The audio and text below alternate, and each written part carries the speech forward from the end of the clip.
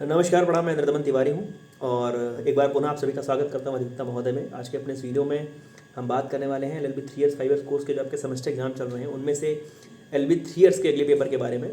जो आपका पेपर है अल्टरनेटिव डिस्प्यूट रिजोल्यूशन, वैकल्पिक विवाद का निपटारा।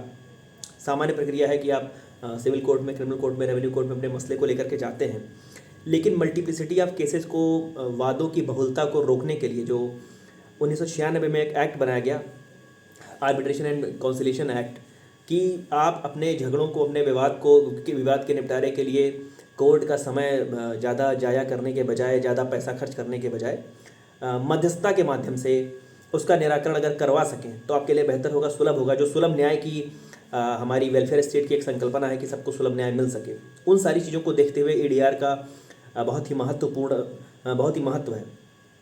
तो हम बात करेंगे अपने ADR के इस पेपर के बारे में। और ADR में आपकी जो 4 यूनिट है उसमें आपकी जो पहली यूनिट में कंसेप्ट, नीड क्या है, आवश्यकता क्यों पड़ी, उसके एडवांटेजेस क्या हैं, इस अल्टरनेटिव डिस्प्यूट रिजोल्यूशन सिस्टम के क्या एडवांटेजेस हैं।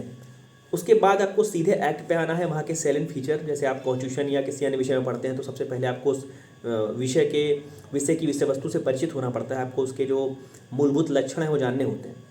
उसके बाद कैसे आर्बिट्रेशन का सोर्स कैसे है, क्या काइंड्स है, प्रकार क्या है, और कैसे ये सामान्य कोर्ट से अंतर इसका आप कर सकते हैं, इन सारी चीज़ों को लेकर के सवाल।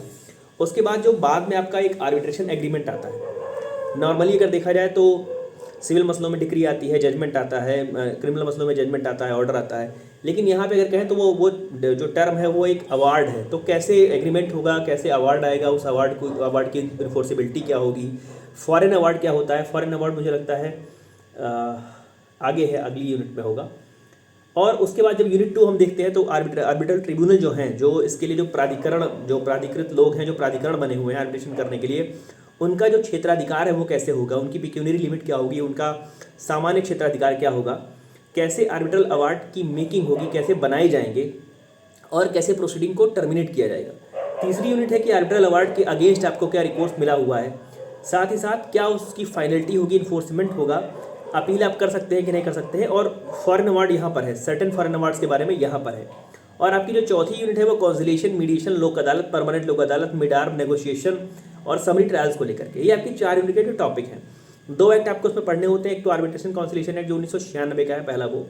दूसरा लीगल सर्विस अथॉरिटी एक्ट पढ़ना होता है लोक अदालत को पढ़ने के लिए। हम अब बात करते हैं सवालों की, जिसके लिए हम चर्चा कर रहे हैं। सबसे पहला सवाल आपको इस प्रकार का मिलने की उम्मीद है कि जो अल्टरनेटिव डिस्प्यूट रिजोल्यूशन सिस्टम है इसके लाभ क्या है, जो वैकल्पिक विवाद निपटारा जो ये पद्धति है इसका लाभ क्या है, इसका डेवलपमेंट कैसे हुआ। दूसरा जो सवाल है कि वो आर्बिट्रेशन कॉन्सिलेशन एक्ट का जो सैलेंट फीचर है, जो उसका ऑब्जेक्ट है। मैं कहूँगा कि जो काफ़ी सारे ऑब्जेक्ट सिमिलर से होंगे। आप एक का ऑब्जेक्ट पढ़िए, ADR का ऑब्जेक्ट पढ़िए, और आपको वहीं से काफ़ी सारी चीज़ों पर मदद मिल जाएगी। वहाँ से आपको जो ये एक्ट का फीचर है वो भी काफ़ी हद तक वहाँ पर आपको मदद मिलेगी। उसके बाद आर्बिट्रेशन की जो डेफिनीशन है, और आर्बिट्रेशन की डेफिनीशन के साथ साथ उसके सोर्स, उसके काइंड्स कितने प्रकार से हो सकते हैं, ये सारी चीज़ें। सेकेंड यूनिट से अगर सवाल देखा जाए तो जो आर्बिट्रल ट्राइब्यूनल है उसकी जो पावर फंक्शन, उसका जुरिस्डिक्शन, कैसे कंडक्ट होती है प्रक्रिया, क्योंकि जो सामान्य न्यायालय की जो प्रक्रिया है उसमें इसमें मूलभूत अंतर है, इसमें काफ़ी अंतर है। Principle of NJ, natural justice, justice equity, good conscience, कई सारी चीज़ों का यूज होता है इसमें ट्राइब्यूनल में ये एविडेंस एक्ट, CPC, CRPC, इन सब चीज़ों से थोड़ा सा दूर हटा जाता है, क्योंकि इसी से तो भाग करके हम यहाँ पर आए हैं। CPC की जो दुरूह जटिल प्रक्रिया है, जो CRPC की जटिल प्रक्रिया है, वहाँ ना जाना पड़े, उसी से तो बचने के लिए यहाँ पर आए हैं। तो क्या अंतर है जुरिस्डिक्शन को लेकर के सवाल, उसकी जो संरचना है उसको लेकर के सवाल, एक सवाल यहाँ से। उसके बाद एक फॉरेन जो अवार्ड्स हैं उनकी इन्फोर्सिबिलिटी को लेकर के एक सवाल। उसके बाद लोक अदालत से एक सवाल आपका निश्चित आता है। और मुझे याद आता है कि जो मुझे पढ़ाया गया था, ADR सब्जेक्ट पढ़ाया गया था, वो हमारे जो आज की लॉ फैकल्टी के डीन हैं प्रोफेसर डॉक्टर बंसीधर सिंह जी, वो हमेशा लोक अदालत का एक फुल फॉर्म बताया करते थे कि लोग करें अपने दावे, लड़ाई झगड़े तय। लोक अदालत का मतलब कि लोग आएँ, अपनी बात रखें, आपस में एक दूसरे से बात करें और अपने जो दावे हैं, जो उनके अनुतोष हैं, वो प्राप्त करें और अपने झगड़े का निपटारा करें। तो ये लोक अदालत का मतलब ये है। मैं आपसे जरूर कहूँगा एक चीज़ कि ये पेपर आप देने जा रहे हैं तो आपको आर्बिट्रेशन की, मीडिएशन की, कॉन्सिलिएशन की, नेगोशिएशन की, मिड आर्म की, इन सब की कम से कम 2-2 3-3 पॉइंट में आपको इसकी डेफिनेशन पता होनी चाहिए, क्योंकि आपको सवाल कहीं से भी आए, कैसे भी सवाल आए, उसमें आपको अपने अपने सवाल की जो भूमिका बनाते हैं आप शुरुआत में, वो जो अपने सवाल की शुरुआत करते हैं, वहाँ इनिशियल लिखने में बहुत सूट करेगा। यदि आप आर्बिट्रेशन की डेफिनेशन जानते हैं और आपको सीधे पूछा गया आर्बिट्रेशन का काइंड, वहाँ पे यदि अब आप आर्बिट्रेशन की डेफिनेशन लिखने के बाद आप काइंड लिखना शुरू करते हैं, प्रकार लिखना शुरू करते हैं, तो थोड़ा सा आपके सवाल में जो है वो वजन बढ़ जाता है। तो इस प्रकार से आपके ये इंपॉर्टेंट टॉपिक्स जो हैं वो आपके आने वाले पेपर के लिए ज़रूरी जो टॉपिक्स हैं वो हैं। मैं एक बार फिर से अगर दोहराऊँ तो एक सवाल आर्बिट्रेशन के एडीआर सिस्टम के नीड से रिलेटेड, उसके फ़ायदे से रिलेटेड, क्या उसका लाभ हुआ है और किस प्रकार से चीज़ों में अंतर आया है, किस प्रकार से सामान्य जो न्यायालय हैं, जो मतलब परंपरागत न्यायालय हैं, जो ट्रेडिशनल कोर्ट हैं, उस पर बोझ कैसे कम हुआ है, एक सवाल इस प्रकार का। दूसरा सवाल इस एक्ट के साइलेंट फीचर को लेकर के, इस एक्ट की जो प्रोसीडिंग है उसको लेकर के। तीसरा सवाल आर्बिट्रेशन का मतलब क्या है और कैसे वो अन्य कोर्टों से डिफरेंस रखता है और काइंड्स क्या है आर्बिट्रेशन के।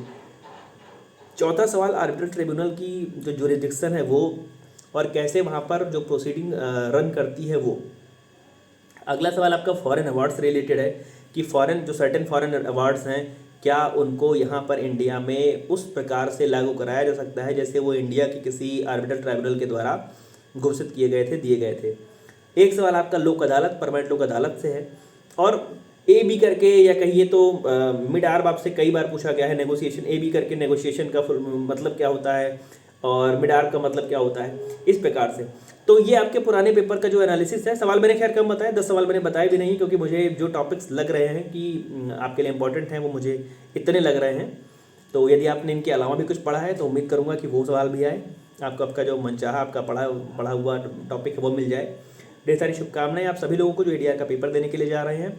आपका जो भी अगला पेपर होगा उसके विषय को लेकर के, उसके टॉपिक्स को लेकर के मैं जल्दी आपके समझ उपस्थित हो जाऊँगा। तब तक जुड़े रहिए मेरे साथ। धन्यवाद, प्रणाम।